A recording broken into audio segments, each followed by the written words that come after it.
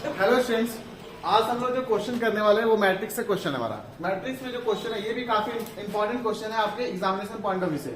ये क्वेश्चन जो है हमारे डिप्लोमा फर्स्ट ईयर स्टूडेंट के लिए काफी इंपॉर्टेंट है। तो क्वेश्चन दिया हुआ था, तो क्वेश्चन क्या दिया हुआ?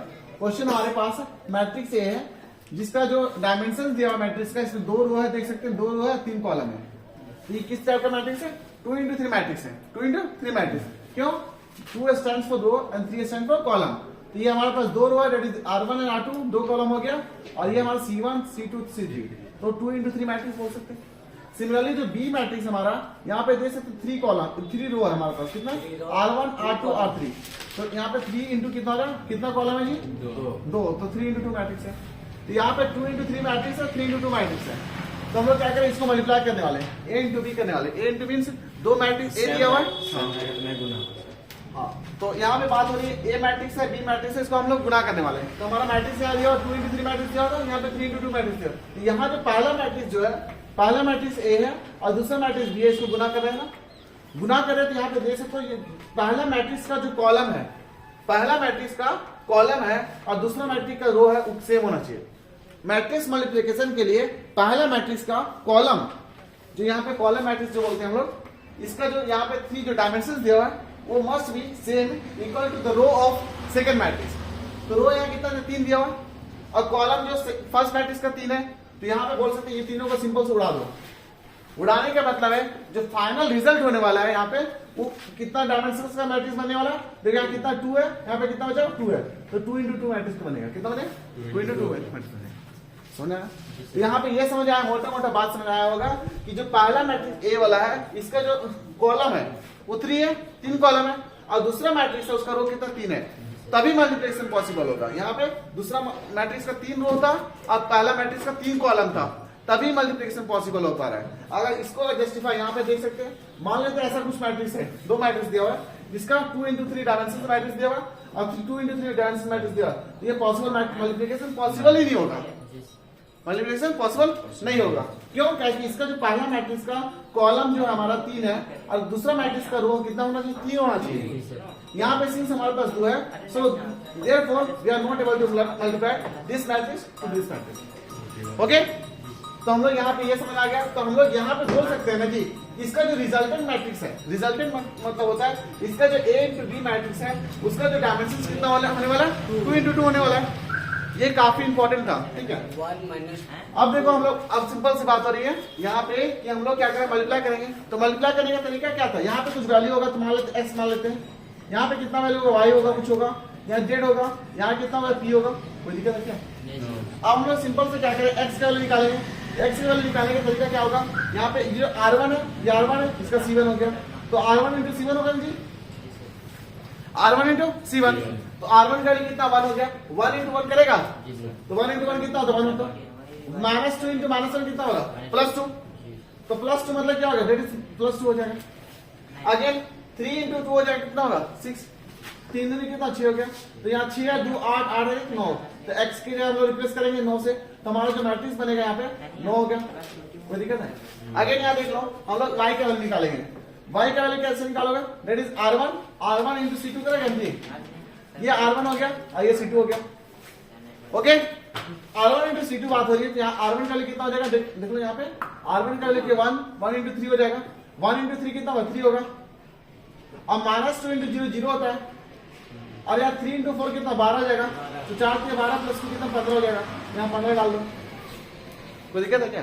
क्यों? क्या वाई का वैल्यू हमारा कितना है? 15, तो 15 डाल दिए। सिंस हम लोग फिर जेड का वैल्यू निकालेंगे, तो जेड का वैल्यू कैसे निकालोगे? यहाँ R2 करेगा, R2 इंटू C2 करेगा, तो R2 इंटू C2 यहाँ पे देखो 4 दिया, -4 दिया ना, -4 इंटू 1 करेगा, तो -4 हो गया, 2 इंटू -1 करेगा, -2 होगा, तो 4 तो -6 हो गया, और 5 इंटू 2 करेगा 10 हो जाएगा, तो -6 प्लस 10 कितना हो जाएगा? -4, -6 प्लस 10 कितना होगा? +4 होगा, कितना? +4 होगा, कितना होगा जी? +4 होगा। अब हम लोग क्या करेंगे, यहाँ पे +4 डाल दो सीधा सीधा। अब हम लोग पी का वैल्यू निकालेंगे, किसका वैल्यू निकालने वाले? पी का वैल्यू। तो पी का वैल्यू निकालने का तरीका क्या होगा? R2 इंटू C2 करेगा, तो R2 का वैल्यू कितना? -4 इंटू 3 कितना? -12, तो -12 डालते हैं। यहाँ पे 2 इंटू 0 0 होता है, 5 चौक कितना होगा? 20 होगा, तो कितना? +8 होगा। ये जो प्लस 8 कहाँ डाल देगा, यहाँ पे डाल देगा, ये था ना। अब क्या करना, ये जो मैट्रिक्स हम लोग एलएचएस में हमारा कितना वैल्यू दिया होता, ए बी का ट्रांसपोज दिया होता, तो एलएचएस यहाँ लिखेगा, एलएचएस इक्वल टू कितना होता है, LHS equal to A B का ट्रांसपोज, ए बी हमारा मैट्रिक्स दिया ये वाला, सिंपल सा इसका ट्रांसपोज कर देना, तो 9 हो जाएगा, 15 हो गया, 4 हो गया, 8 हो गया, इसको क्या करेगा, ट्रांसपोज करेगा, इसका ट्रांसपोज करेगा। ट्रांसपोज करने का मतलब वाला ये जो रो है वो कॉलम बन जाएगा, है ना, तो कॉलम मतलब 9 हो गया, यहाँ 15 हो गया, यहाँ पे 4 हो जाएगा, यहाँ पे कितना 8 होगा, ये आपका आंसर हो जाएगा। ये कितना होगा, ये आपका किसका वैल्यू है, एलएचएस का वैल्यू है, किसका वैल्यू है जी, एलएचएस का वैल्यू है। अब हम लोग किसका निकालना है, बी ट्रांसपोज ए ट्रांसपोज का वैल्यू निकालेंगे, देखते हैं इसको करके कितना आता है।